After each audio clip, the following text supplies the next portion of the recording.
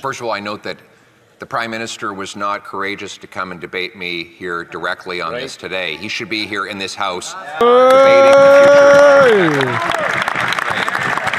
He's not wrong. Where's Trudeau? We enter this crisis in a state of weakness. We have a weakened economy, a weakened military, and most of all, a weakened Prime Minister. And that weakness, I think, may have been one of the reasons why President Trump believed that he could go ahead and make these threats and trample all over our Prime Minister again. Mr. Speaker, here is the sad reality. Our GDP per capita is smaller than it was 10 years ago, even while the American economy per capita has grown by 18%. Our per capita GDP fell more than any other G7 country since the year before COVID. We're one of the only countries that has not recovered its economy since before COVID happened. In reality, our housing costs have doubled, our national debt has doubled, food bank use have all doubled in the last 4 years. All of this before the threat of these tariffs. Before the threat of these tariffs, food prices had increased 37% faster in Canada than in the United States of America. Before the threat of these tariffs, our national debt had grown by over 100% in a decade. Before the threat of these tariffs, $500 billion USD more Canadian investment went south than came back. That's Canadian investment dollars building American mines, factories, pipelines, paying American, not Canadian, wages. And on top of that, the threats that we heard last night should have come as no surprise. Yet, for some reason, they did surprise the Prime Minister and the Finance Minister. It was only 20 days ago that the Finance Minister said, Canada will be fine, nothing to worry about. Well, they should have seen this coming a mile away. President Trump had been saying that he would do this. He was elected 3 weeks ago. You'd think the Prime Minister would have been furiously planning, preparing, meeting with the premiers and talking about a counter plan during that time. And now we learn that since the threat happened, he's come up with exactly one response: a Zoom call. He's going to hold a Zoom call tomorrow. Of course, the media is absolutely captivated by this development. There's going to be a Zoom call between 11 or 12 politicians, and somehow this is going to solve the problem. We need a real plan, real action that will defend our economy and our security, and most of all, to put Canada first.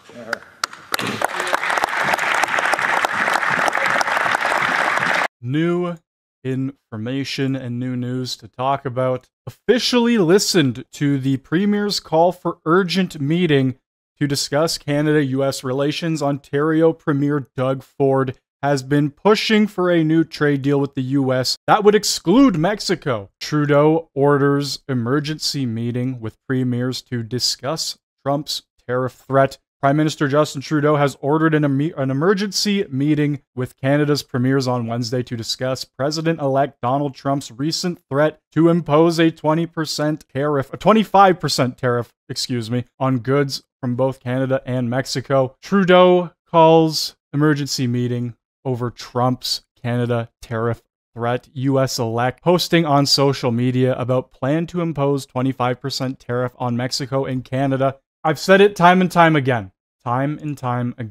Trump is not going to be playing any games in his second term. He's going to be taking this more seriously than he ever has. If you thought he was taking it serious in the first term, round two is going to be intense. I'm very excited to see what he does, but I'm also a little worried, not fully worried. I know Trump doesn't fully care about Canada and the relations fully, but we are the #1 buyer of United States goods as of 2022. Billions of dollars going back and forth between Canada and the US. Trump obviously does care about that to some extent, but how much of an extent, I don't know, because he himself has a lot to deal with. Justin Trudeau has called an emergency meeting with provincial premiers across Canada after the U.S. President-elect Donald Trump threatened a 25% tariff on us and Mexico. Trump posted on social media that he would sign all necessary documents to charge Mexico and Canada a 25% tariff on all goods products coming into the U.S. Trudeau claims that he said on Tuesday he had held a good conversation with Trump shortly after the social media post. I don't know how good of a conversation Trudeau thinks he had, but I'm not taking his word for it. Announcements from certain PMs and premiers talking about this. Obviously, this is the biggest and latest announcement from Trump that he is going to be doing this. Quite honestly, Trudeau, quite honestly, is shitting his pants. He doesn't know what to do. He's not prepared for this. He wasn't prepared during the first term of Trump. We've seen videos of him in the G20 summit meetings back in, 2016, 2017, 2018, around that time. Trudeau was on the outside looking in as every world leader surrounded Donald Trump. Internationally, is looked at as one of the biggest jokes, one of the biggest laughingstocks, disregarded. He is thrown away. He is ignored by world leaders that you would consider to be not great people themselves. So what does that tell you about Trudeau as a person? Fact is, we need them, and they also need us. Canada is the largest market for the U.S. in the world, larger than China, Japan, the UK, and France combined. It is also the case that the things we sell to the United States are the things they really need. Wow, very deep stuff coming from Chrystia Freeland. Hold on, just one more time, that last little part there. It is also the case that the things we sell to the United States are the things they really need. Oh my God, I can't believe this is the person who is partially running the country. And she's in a very high up position. And that's the best she can come up with? We are cooked as a country. Donald Trump posting, as everyone is aware, thousands of people are pouring through Mexico and Canada, bringing crime and drugs at levels we've never seen before. Right now, a caravan coming from Mexico, composed of thousands of people, seems to be unstoppable in its quest to come through our currently open border. On January 20th, as one of my many first executive orders, I will sign all necessary documents to charge Mexico and Canada a 25% tariff on all products coming into the US. And it's ridiculous open borders. This is what he wants to do. And like I've said, I'm going to keep saying it. Trump is not playing around in this second term. He's not playing around. This tariff will remain in effect until such time as drugs, in particular fentanyl, and all illegal aliens stop this invasion of our country. So that's what we're dealing with. That's what we are dealing with. Moving on, Pierre Poilievre says, ban the drugs. Ban the drugs. Let's take a listen. I don't want to stop drug overdoses to please Donald Trump. I want to stop drug overdoses so that there's not one more mother with her face buried in a pillow sobbing that she just lost her kid. After 47,000 other Canadians have died. That's more than we lost in the Second World War. A 200% annual increase in drug overdose deaths have resulted from Justin Trudeau's radical liberalization of drugs. Justin Trudeau must put partisanship aside, not just for the sake of Team Canada, but for the sake of our people, and fully reverse his liberalization of drugs. Ban them, prosecute those who traffic in them, secure our borders against the illegal importation of fentanyl ingredients, put people in treatment and recovery to bring our loved ones home drug-free. That is necessary now more than ever. Yeah, there's a pretty bad drug crisis, especially in places like Vancouver.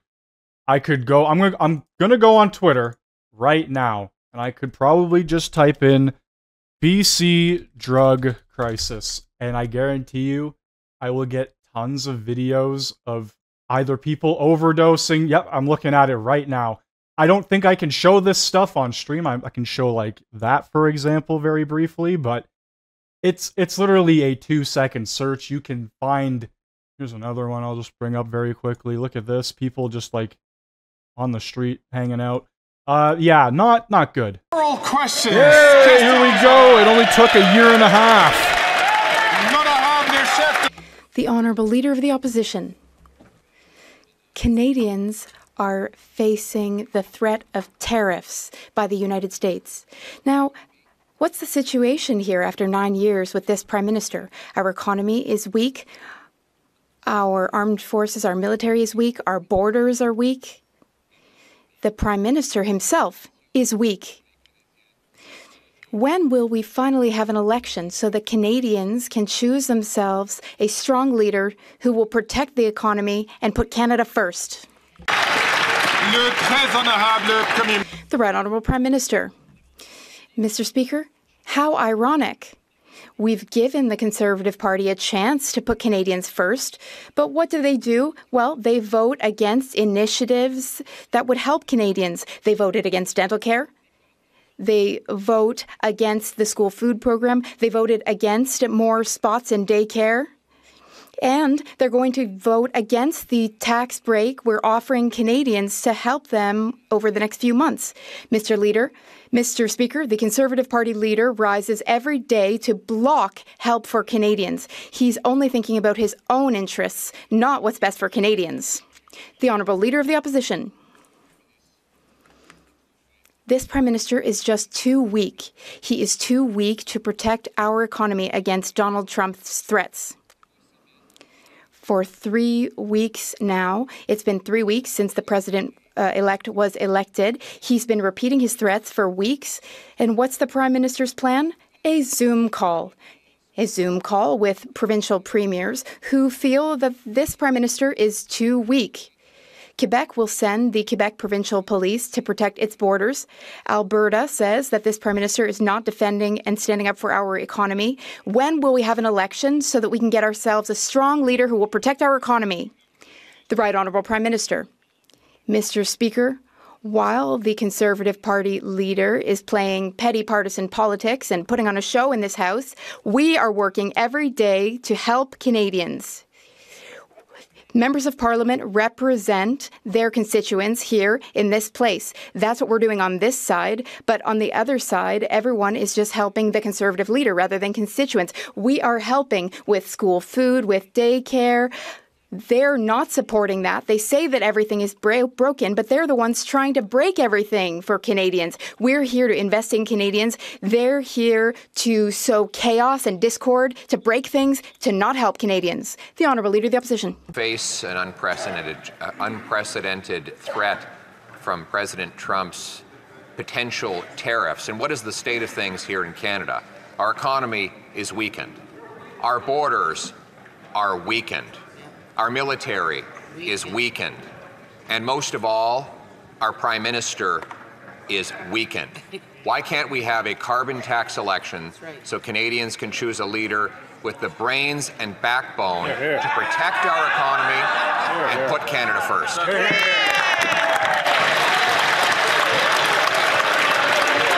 The Right Honourable Prime Minister.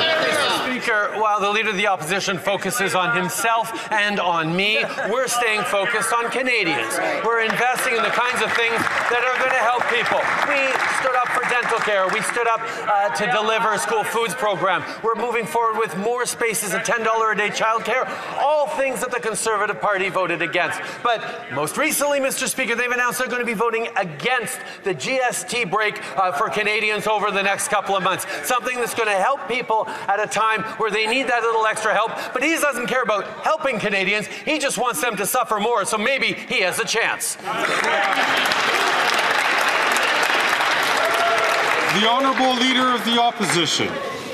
Mr. Speaker, he's lost control of our borders. He's lost control of immigration. He's lost control of spending. And with that erratic performance, we now see that he's lost control of himself. No wonder foreign leaders believe they can walk all over him.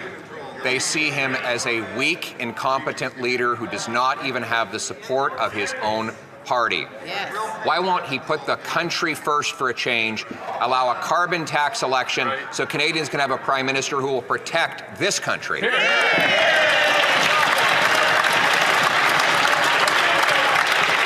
Right Honourable Prime Minister. You can tell he stood up all night against the mirror trying to practice that line. The reality is, Mr. Speaker, we've got our sleeves rolled up. We are fighting for Canadians every single day. We will stand up for good Canadian jobs. We will make sure we continue to have great relations with the United States as we build a stronger future on both sides of the border. We're going to continue to deliver the kinds of things that matter for Canadians. Dental care, free insulin, school food programs, all programs that Conservatives voted against, and now they're going to vote against a GST break for Canadians right across the country for the next few months. That's not being there for Canadians, that's being there for himself. The Honourable Leader of the Opposition. Just to prove how weak and out of control he's become, he just engaged in a mass hallucination, listing off a bunch of programs that actually don't even exist outside of his own head. But if he's not prepared to stand up for the country when it comes to trade, then why don't we have a real election about taxes? He can run on his tiny 2-month tax trick, and I'll run on my common sense plan to axe the tax and axe the sales tax on new homes. How about a carbon tax election now?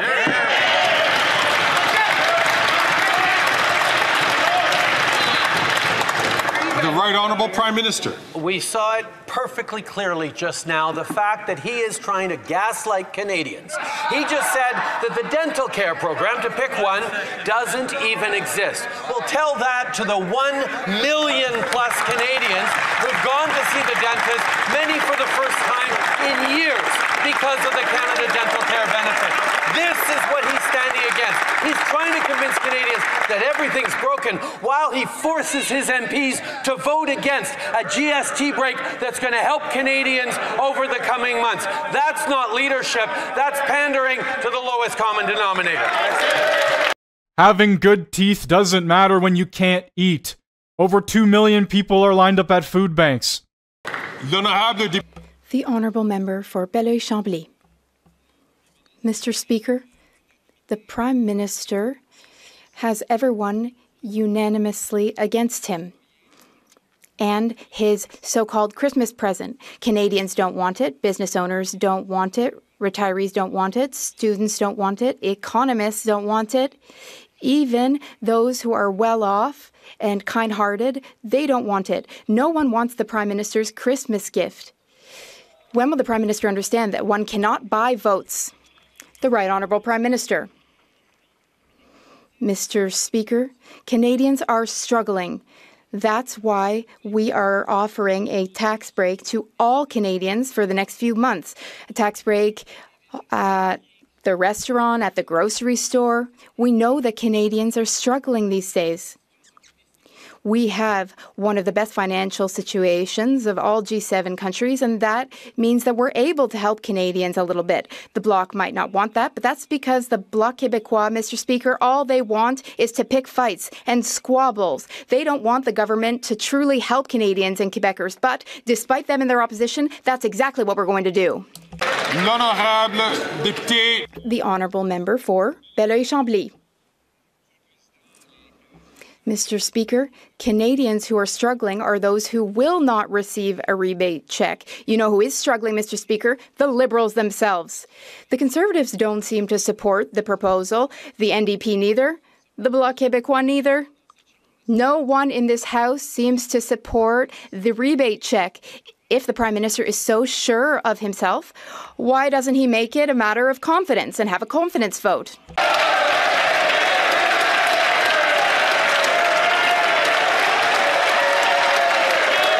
The Bloc, as usual.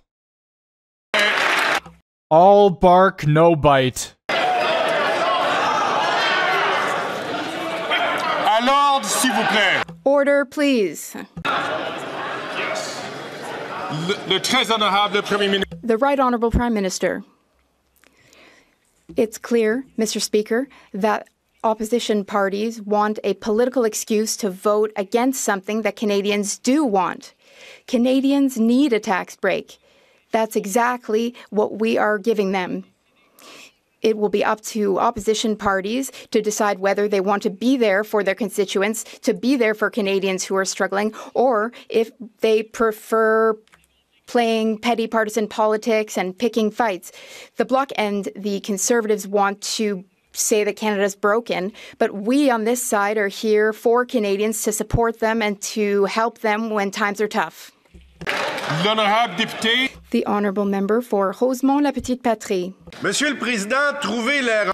Mr. Speaker, tell me what's wrong with this picture. On the one hand, we have Danielle, who is retired for medical reasons. Her disability income is $45,000 a year. On the other hand, we have her spouse, who earns $125,000 a year. Who's going to receive a $250 check in the spring? Yes, that's right. According to the Liberals, her spouse should receive a check, but not Danielle herself. She's being punished because she's too sick to work. That makes no sense whatsoever. My question to the Prime Minister is simple. What does he have to say to Danielle and to all retirees? J'aimerais juste signaler à tous les députés.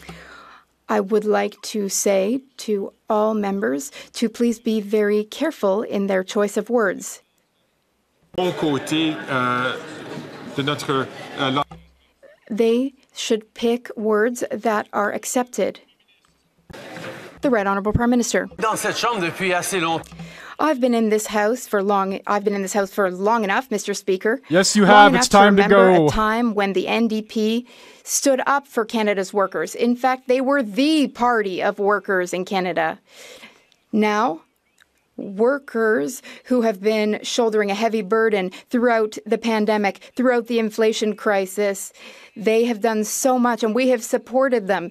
We're also supporting seniors and young people. But with this measure, with this rebate, we want to acknowledge the hard work of workers who need our support. The NDP is against it. The party that truly... Yes, Darth Fungus. It's the government.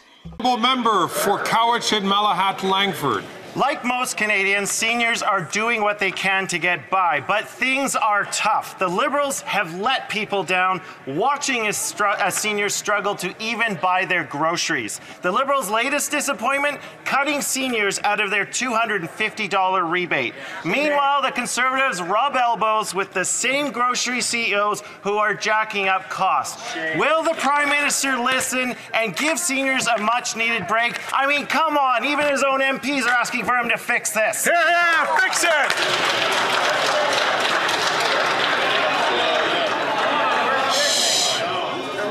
The Right Honourable Prime Minister. Speaker, I remember when the party of Tommy Douglas, of Ed Broadbent, of Jack Layton was actually a party that stood up for workers. But now that we have a government that is recognizing that workers carried us through this pandemic, the Canadian workers saw us through one of the worst global inflation crises the world has ever seen, and that we want to give them support because we know things are tough for workers, not to take away anything from the help we're giving seniors or youth. We want to be there for workers, and the NDP is suddenly against benefits for workers. It makes no sense, Mr. Speaker.